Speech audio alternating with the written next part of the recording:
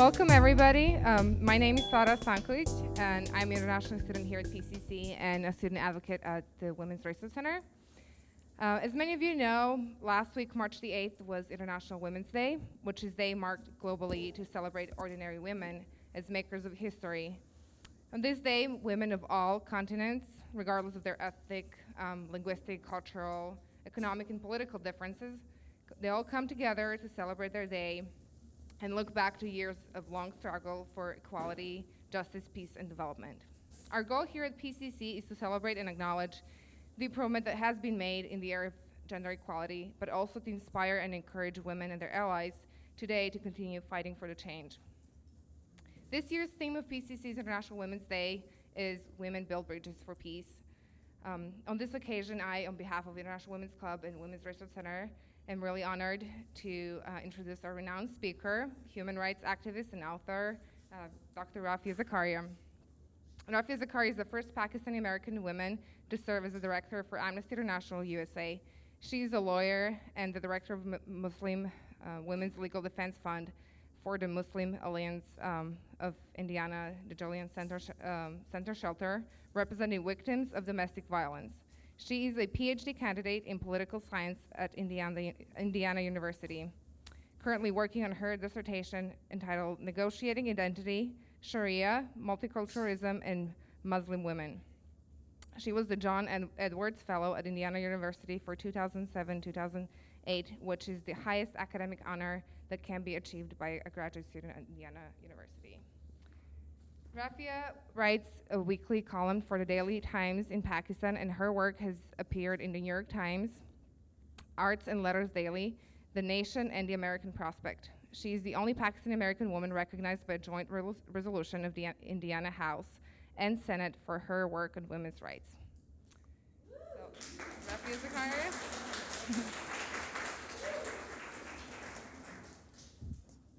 Well, thank you so much for that. I always say this at the beginning of my talks, is that I want to keep recordings of all of that, when I'm sitting in front of my computer trying to type out an article and it's not coming. It's like, I'm really great. And for my editors, so I can send that to my editors all the time.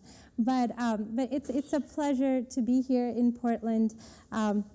I've been at Lewis and Clark, and I just now came to Portland Community College, and you really have a gorgeous city. When I was sort of finalizing the details of this trip, I was in Karachi, in Pakistan, in a very different environment, and I was just trying to think, oh, Portland, and it seemed very, very far away, and I was like, oh yeah. We'll see how that goes. So I'm here today, to talk, I guess, about a number of issues.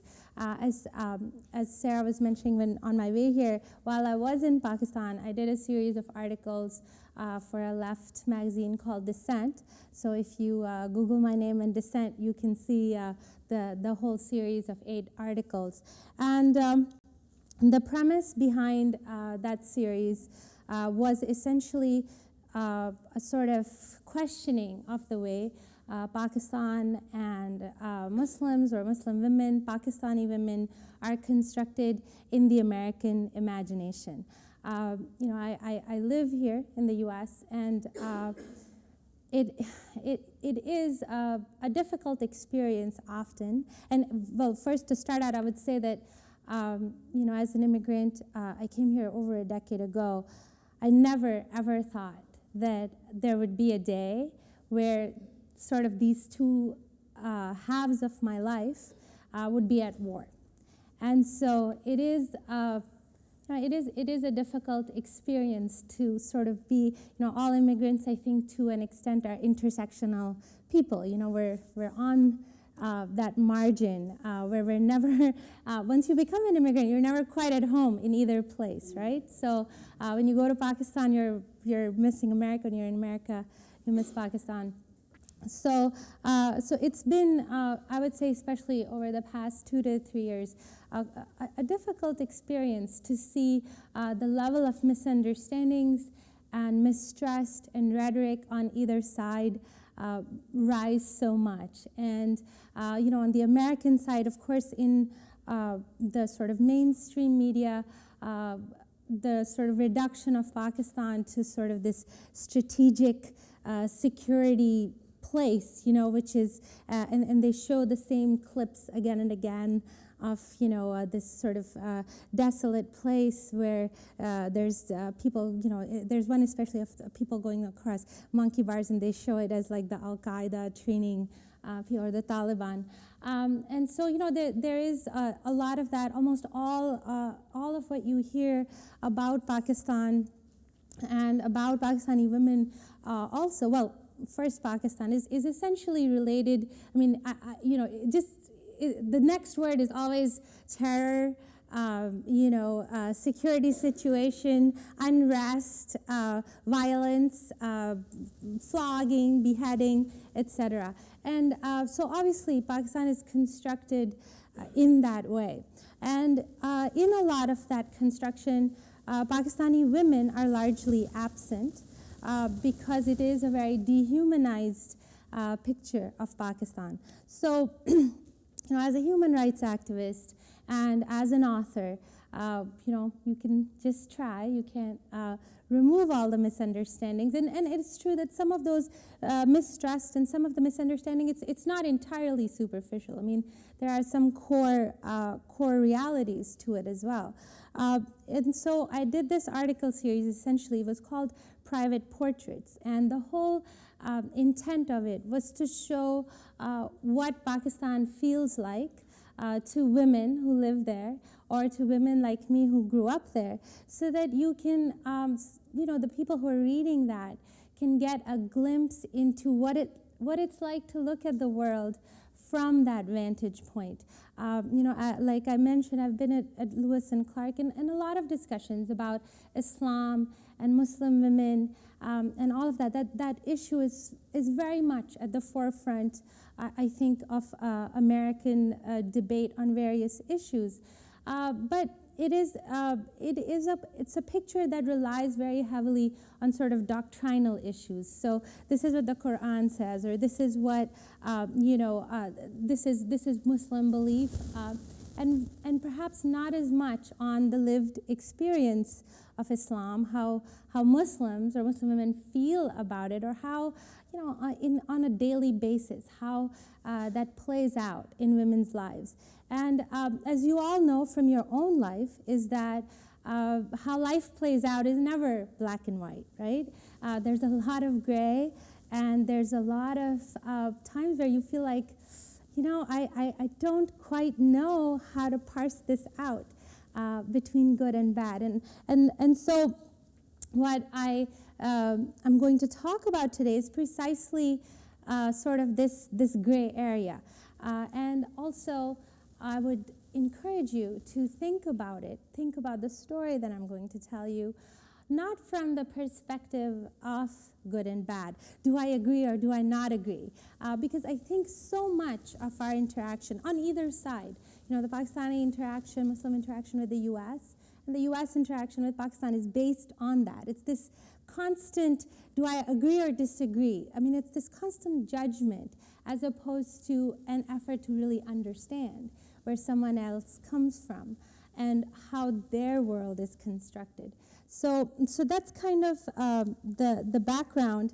While I was in Pakistan, fairly sort of at the beginning of my trip, I think the date was January 31st, is when President Obama, for the first time, acknowledged the drone war that's going on in Pakistan.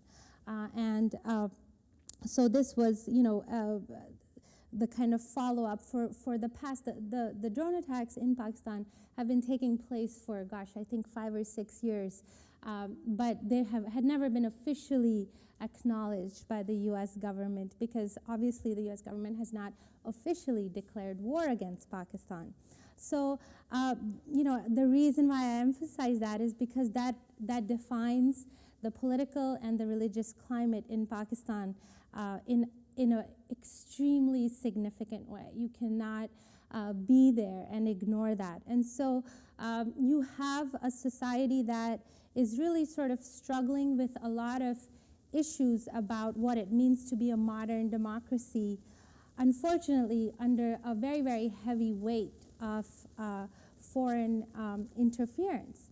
I think what people often forget, especially Americans, and I have friends who've served in the, and who still serve in the American military, who look at their actions or what the U.S. is doing in that region in a very sort of individual sense, or in a very limited, historically limited sense. So they say, well, we're trying to build these schools and we're trying to build this infrastructure. And all of that is true. But you have to remember that South Asia, especially Pakistan and Afghanistan, are both countries, especially Pakistan, with a very strong history of colonialism. It's only been 60-some years that the British left. And so, so that broad brush is there, is that box of colonial master is where Western intrusion is put. And it is unjust, I guess you would say, in a way, because that might not be the intent of, the aid worker or the soldier, but that is the frame in which they are set in that environment. So, I went to Pakistan to do this series, and the interesting thing is that, and I kind of have to do this when I'm writing, and this is about my family, is that I tell myself that no one's going to read it, because that's the only way I can sort of really talk about these stories that have been very, very closely guarded in the private sphere. If you do think about it, I think that is one of the most significant differences. I mean, I get this question a lot from Americans, is, why aren't there more stories, or why is there this sort of very technical discussion of Islam or Muslim women? And the reason for that is that most Muslim countries, and this is a cultural rather than a religious thing, are very communal societies, and women do inhabit the private sphere. And the private sphere is supposed to be private and secure and intimate, and what happens in that sphere is not for public consumption. So there is sort of a very personal obstacle, I think, that Muslim women have to overcome to talk about these stories, because it is ultimately the fact that these stories belong not to the one person who might even be at the center of that story, but they belong to everybody in that family and in that community. And so taking on that task, right, of telling that story, then you're speaking for people, a lot of people who may not agree with you or may look at things in a different way. And that really does define whether or not people choose to talk about certain things. So the story I have for you today is, it was the final post of this article series, and it's called A Woman Named Honor. And this is about my mother's aunt. So this is about a woman, she died before I was born, probably just like a year or so before I was born, so I never met her. I kept hearing about her, obviously, from my mother, from my aunts. I come from a very close, well, they're all close-knit families, but I grew up in Pakistan, and I come from also a fairly conservative family, in the sense that, if you ask in literal terms, whether the women of my family are behind the veil, so to speak, right? That's the kind of term used here. They would say no, because my mother was an educated woman. I obviously went to school, but it is a segregated world and society. So I went to an all-girls school. It was the same school that my mother had gone to and all my cousins went to. It was all girls. And so that took up most of my day growing up. And then, if you were to come to our house in Pakistan, the way it is arranged is in a segregated way, in the sense that the reception rooms are in the front. So if someone comes who's not related to the family, they're going to be taken there, and usually the male of the family will go and meet them. And the women are in the inner rooms, the bedrooms, the kitchen, and then there are walled courtyards that are sort of the outdoor space. So, so in that sense, it is true that my mother and aunts still live an existence that's largely defined or consists almost entirely of women, and largely defined by family and sort of family relationships, and not really part of the public sphere. So when I go there, it is in that sense kind of going into a bit of a parallel universe. So, and I'm going to read this part because I think I don't usually do that, but I want to, because I think it really kind of gets the spirit of this piece. So, I never met my mother's aunt, but the memory of her lingered around the margins of my childhood.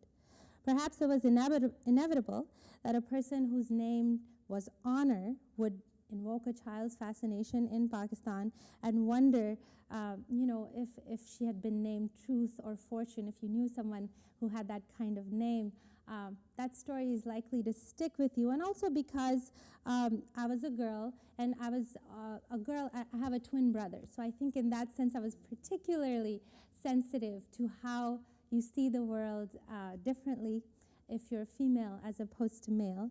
And so the burden of upholding honor, the trickiness of maintaining honor, and the strictures of respecting it increasingly defined my life as I grew from a child to puberty.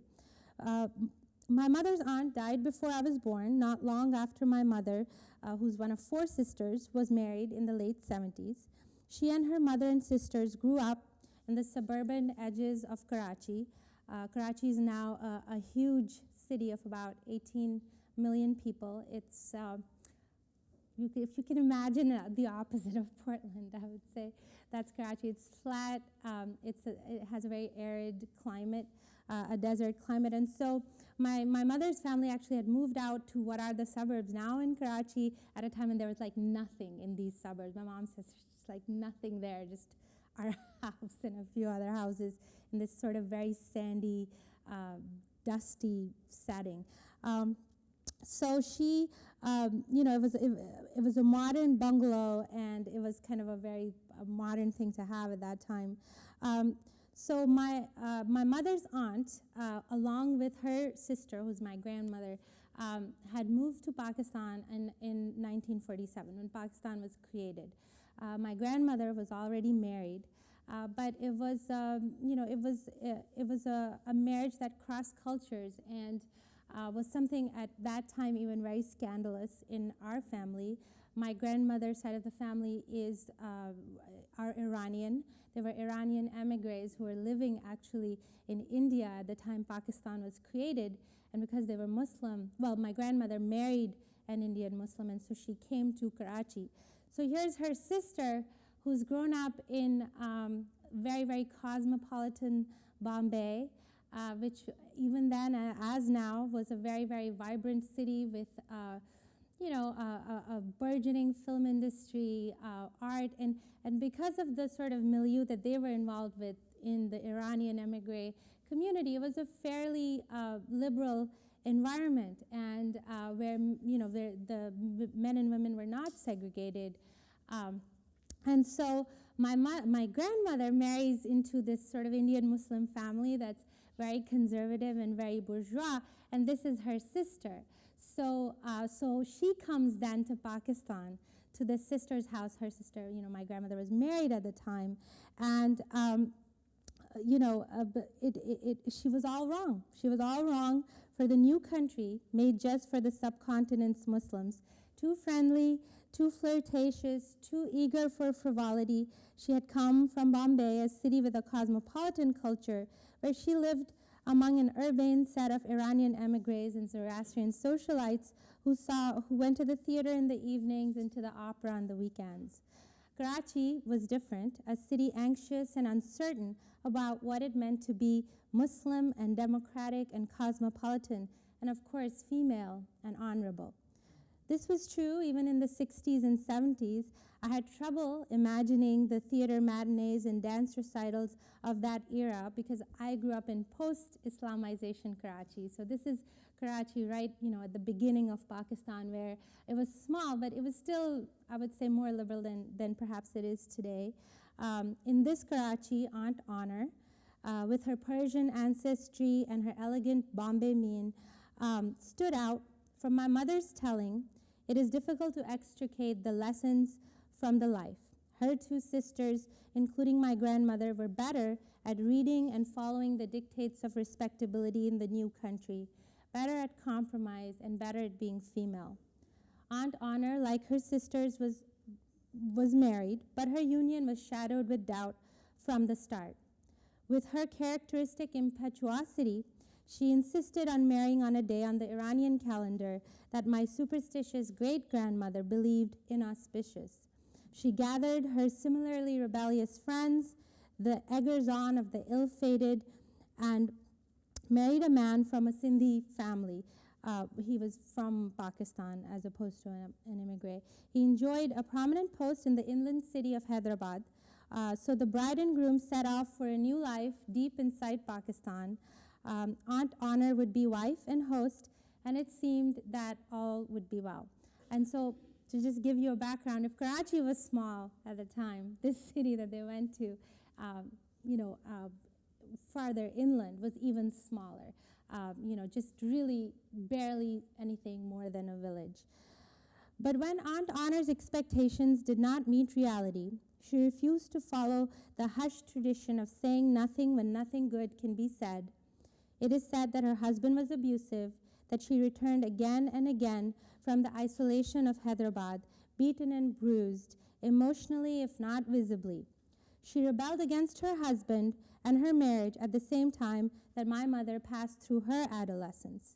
In her sister's home, full of teenage girls, my mother has four sisters, brimming with aspirations and hope, Aunt Honor cast the bitterness of her own failure.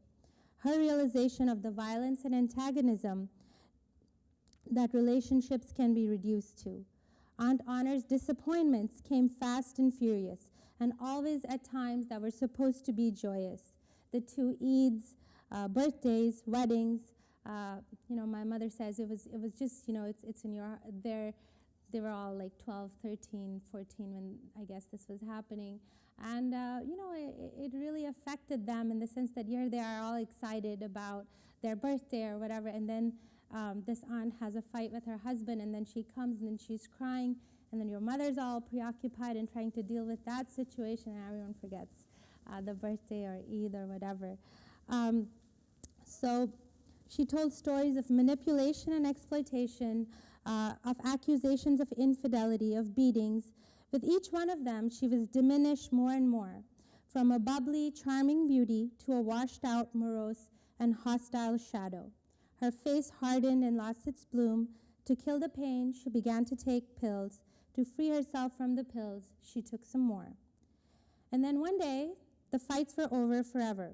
Aunt Honor left her husband and told my grandmother that she would not return again to the cruel man that she had married. But there was no room to weep for her tragedy. My mother and her sisters were to be married, and Aunt Honor's act jeopardized all of their futures. It was yet another episode of selfishness whose price would be paid by others. Aunt Honor's decline continued. She became mentally ill, attempted suicide, and was institutionalized. Her life, a life that did not fit in the spaces available, had gone awry.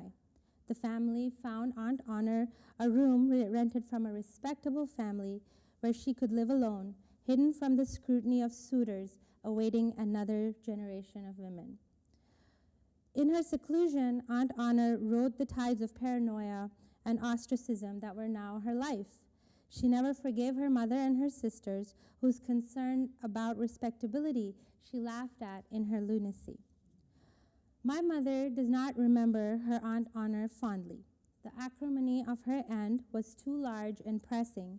Her transgressions impressed too deeply on the girls that watched them unfold. There is an Aunt Honor in the life of every Pakistani woman, and indeed perhaps in the life of every woman. I tell her story, the story of this ancestor who was transformed from a woman to a lesson, to underscore a paradox that women everywhere are led to believe, that there are no good women without bad women, enlightened women without ignorant women, and empowered women without weak ones, or free women without enslaved ones. The moral hues of Aunt Honor's life were marked by the women who told it to me, told that story to me. But her story echoes with a question both they and I continue to wrestle with decades after her death. Is the enlightened woman the one who stomachs easily the silences and manipulations that enable survival in a male world? Or one like Aunt Honor, who rebels and is left to endure the bleak punishments that come with the choices, with that choice? I obviously cannot answer this question for us all, but my words here from a future that has finally arrived come out of remembrance and respect and love for a woman who was so castigated in her present. The story of Aunt Honor, a newly Pakistani woman who lived and died in the remote recesses of a foreign land, is not only a story of a woman wronged by circumstances, of the vagaries of female existence in a patriarchal society. It is a story about the disastrous dance of opposites that divides and conquers and silences women everywhere, besetting them with hatreds and capturing them in boxes, so they become schooled in blaming only each other, while remaining convinced that the women like Aunt Honor who fail and fall will never ever be them. So that's what I have for you guys today. I wanted to leave a nice big chunk for questions because, well, for one thing, I'm glad that there are so many women in this audience, and I'm anxious to hear your reactions to this story. And also because I think that really the core message of Aunt Honor's life, and I say this to whenever I speak about Pakistani women, is that, they do form the other. Muslim women form the other for American women, where it's so easy then for people to say, well, look, at least you're not like them. They have to wear this burqa. They have to do this. They have to do that, to deflect attention away from what's common about our existence. Right now, for example, as if any of you watched the news this morning, there's a huge controversy going on in the House today and Senate about the renewal of the Violence Against Women Act, right? But very few women are keyed into that. It significantly affects the life of people. So the question is that why are women socialized to hate each other, regardless of where they are in the world, whether you're here, whether you're in America or in Pakistan, the burden always is put on another woman. And Aunt Honor's story, for me, really signified that. It really signified both how you educate women into compromise, and also it is a question of what is the successful woman. I mean, my grandmother also got married, but she went on then to have children and have this happy life, and because she had children, she had respect into another generation. And they would look at this other sister and say, God, what's her problem? Why can't she just bear this so that we don't have to deal with it? Her life would be, it would be so much easier. And I think that regardless of where we are, we say that often about other women and the choices of other women, because we live in this belief that if my choice is the right choice, it means automatically that everything that I haven't done is by default the wrong choice. So that's what I have for you guys. I hope to have a good conversation and talk to you guys a little bit about what you think. So since we're going to open a Q&A session, and this is being recorded, I'm just going to have you ask questions, and I'm going to repeat so it gets recorded. And so you can just get started. Any questions? Yes, go ahead. Oh, sorry. You can go first, and then we'll go back to you. In France, there's the burqa ban controversy.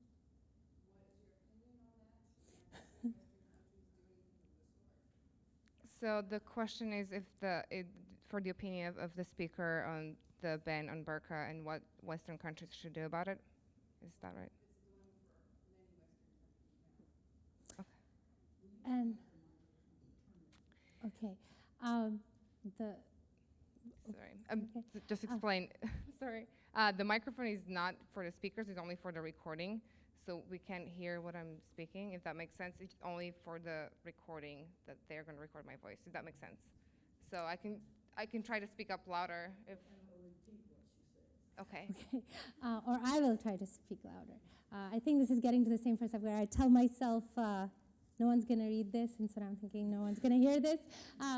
But your question is great. The question about the whole burqa and niqab issue, and it's another talk. So I hope, but I do want to answer it. I think the key issue to remember about the burqa is the political context in which you're talking about it.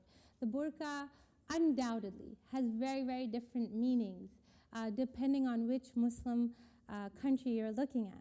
So, say you're looking at France, for example, right? That has banned the hijab and they've banned the niqab, they've banned the full face veil. You've got a country in which Muslims are ghettoized and have been for decades now. Muslims are about 8% of the French, 8 to 10% of the French population. So it's a pretty sizable minority. But they're never really acknowledged as part of French culture. So in that case, quite ironically, the burqa or the veil has become this sort of political statement of visibility rather than invisibility. Because when you have a ban, it will almost undoubtedly accomplish two things. The first thing is that it's going to valorize whoever's going to defy it, right? So if you have a ban, then the person who does wear it is like this courageous person because they're standing up to the state and saying you can't do this, and my religious identity is important. And then the other problem that I see is a problem in terms of feminism, and that is the fact that if you've got a situation, for example, headscarves in France, where a ban is essentially taking a huge chunk of females out of the school system, out of the educational system, then what you've done is essentially eliminate their capacity to choose when they become adults. You could argue and say, yes, their family should allow them to take that headscarf off and go to school, but you can sort of do the blame thing. But the reality is, for me as a feminist, women not going to school is a huge tragedy. Girls not going to school is a huge tragedy. So I find the ban on that very pragmatic level to be very, very troublesome. The other thing is, it is, I will say that as a Muslim woman, it has become a very politically fraught position to be in because whatever I say becomes representative. And honestly, before I even start saying something, you've already made a bunch of sort of judgments. Because if I come here and I'm not wearing a hijab, then that's a statement, right? Because then it's like, okay, well, maybe she's like more liberal and feminist because she's not wearing the hijab. Or if I'm wearing a hijab. So, these sort of visible indicators have become sort of, the only thing that people look at. And the fact is that there's obviously a lot more than that. And so, as a woman yourself, Muslim woman, you can't win because, in one sense, you're being sort of judged. Your camp is always being sort of figured out by whoever perceives you. So I think that is a problem. The last thing, though, I would say about the niqab is that this last time that I was in Pakistan, the last few times that I've been there, it is true that women are in a very sort of creative way that's not necessarily ideological, really playing with those assumptions. So, the assumption has been that, okay, if I wear this burqa, I'm a pious, good person. And so they said, okay, well, we're going to wear this burqa, but that means that I can go to school wherever I want. I can sit in a classroom with men there. I can work behind a counter. And they're doing all of those things. And in those sort of situations, they're not really terribly, they don't really have an ideological position. They're saying, well, I'm going to wear this because this is a way that the neighbors are going to stop talking. My brothers and father don't have to be with me all the time as my guardians because nobody can see who I am. And they do it. And quite honestly, if I had to navigate public space in Pakistan, where women really, you have to be so strong to do that there. I have such a deep respect for the women who do it on a daily basis, who get out and work in, in banks and in offices, because there's a sense of physical intrusion in your space. And so in that context, they're wearing this burqa, and it's a way to kind of mark a boundary for themselves and say that this is my space. Don't come into this space, whether you're in a public bus or standing at a bus stop, where there are a lot of men and they will get very, very close to you. So what do you do with that? So it's really important, I think, to see. There's so many shades to this. And it is true that I would say in this age, what that means has become more of a political question than a spiritual or a religious question. I'm sure those dimensions are still there, but I would say that it is very hard nowadays to decide for Muslim women whether they're going to do these things based exclusively perhaps on a spiritual understanding or a doctrinal understanding. So thanks for that question. Okay. Any other questions? Just a second, were you having a question before? I was just thinking of the compartments that life has, as you say, as you play it out. I think that's when you began, you talked about playing it out. And I've been privileged to have been with Indians and gone up to Srinagar and didn't know until a few weeks ago that the ski lift in India at the top, up above Dal Lake, was not even, you couldn't go in there for years. And the year I was there was 1980. So when you mentioned the time frame of 60 years, but my husband stayed with the family, and there was a woman sort of wandering around when he was a guest. I was traveling with an institute of cultural affairs. I was with another, and he was with the architect. So he had met this man in the institute, and he asked the grandpa initially, who is the woman that is sort of on the periphery of this 2 or 3 days in your house? And she was a woman who had been married and divorced and came home. And my husband asked, well, what is her future? Yeah. And the grandpa said, she really has. And I'm thinking of the compartment of your earlier talk, a little bit earlier, with Yep. this aunt of yours. Yep. That what was, and his answer was, deduction was that because she had divorced, didn't have children, Right. that she had come back to the home fire and that she really had no future. And she was an attractive, maybe 40-year-old woman. You couldn't guess ages, but nonetheless, she didn't just get married and divorced and come home. She didn't stomp her foot and say, I'm coming home. And that's why when I tell this story, the question is about, what happens to women who leave their husbands and go home.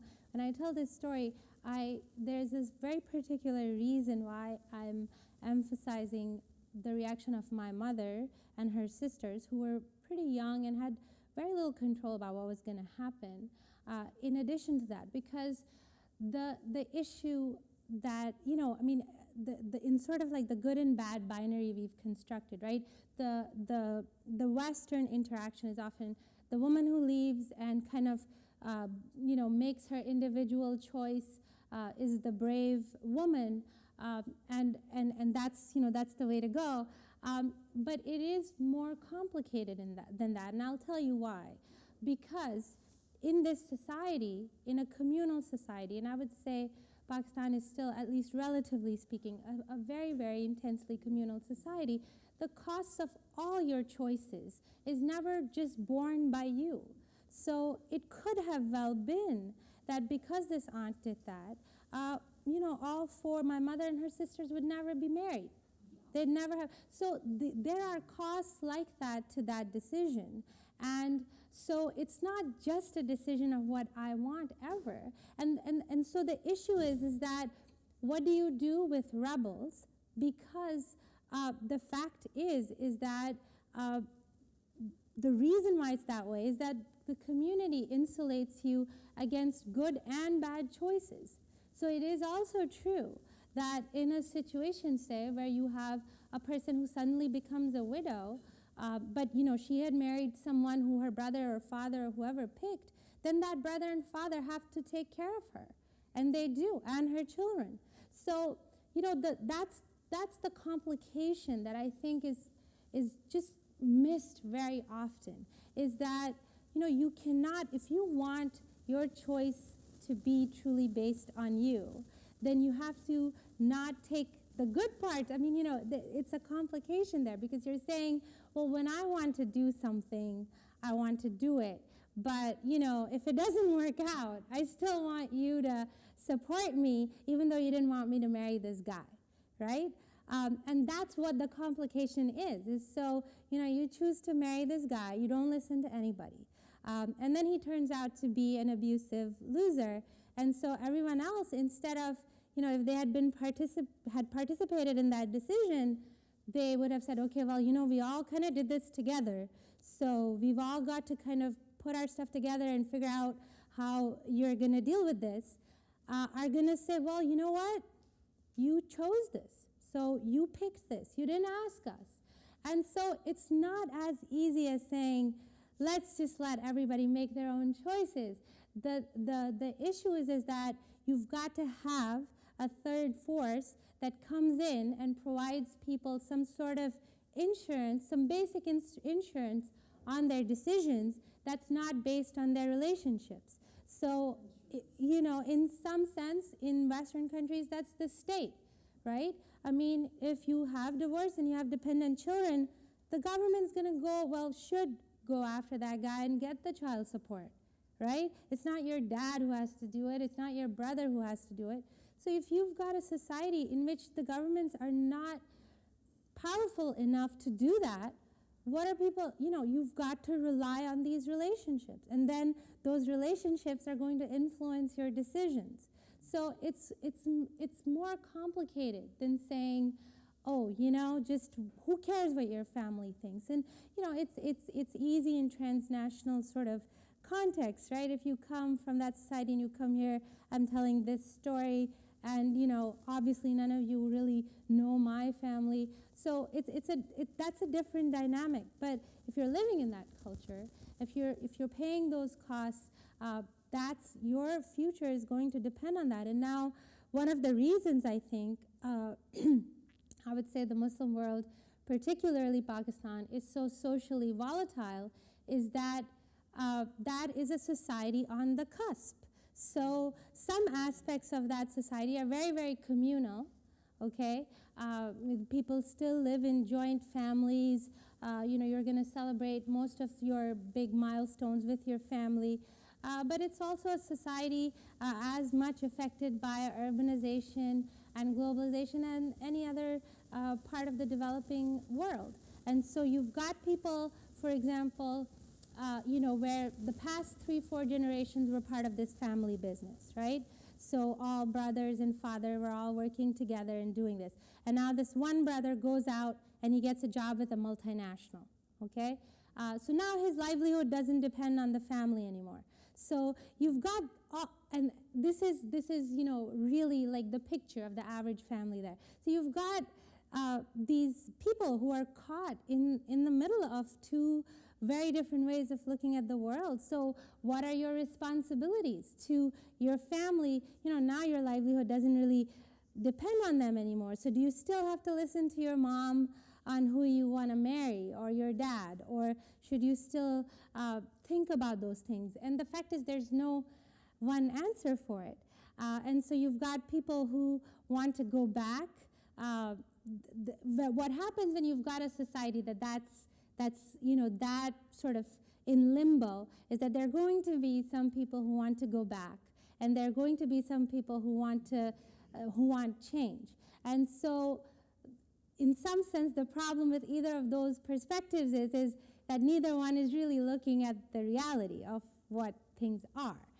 It's just, a very sort of, this is how we should be. Either let's go back to some imagined sort of pre-colonial Islamic utopia, or, let's just forget it and we need a completely secular system. And the fact is, neither one of those really captures what life is like there on a daily basis. So, I think I would, emphasize that in response to you. But I'll take one more question, maybe. Okay.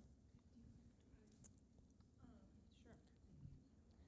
I would like to ask you a little bit about your own personal experience moving from the inner sanctum of the women's world in Pakistan to the enormous world that you hold in your hands every day, and how that intersects with Sharia for you personally. Intersects with? Sharia. Sharia? Sharia as in, well, those are, I guess, some thick questions. Our question was about my personal experience, I guess, going between these worlds and then Sharia, which I think are kind of two unrelated things. The issue with Sharia, again, that's kind of a whole separate talk. But the issue to remember with Sharia, I think, especially in the American context, is that Sharia literally means path to water, and it is a very, very there's a jurisprudential meaning, there's a symbolic meaning, and then there are socio-cultural meanings.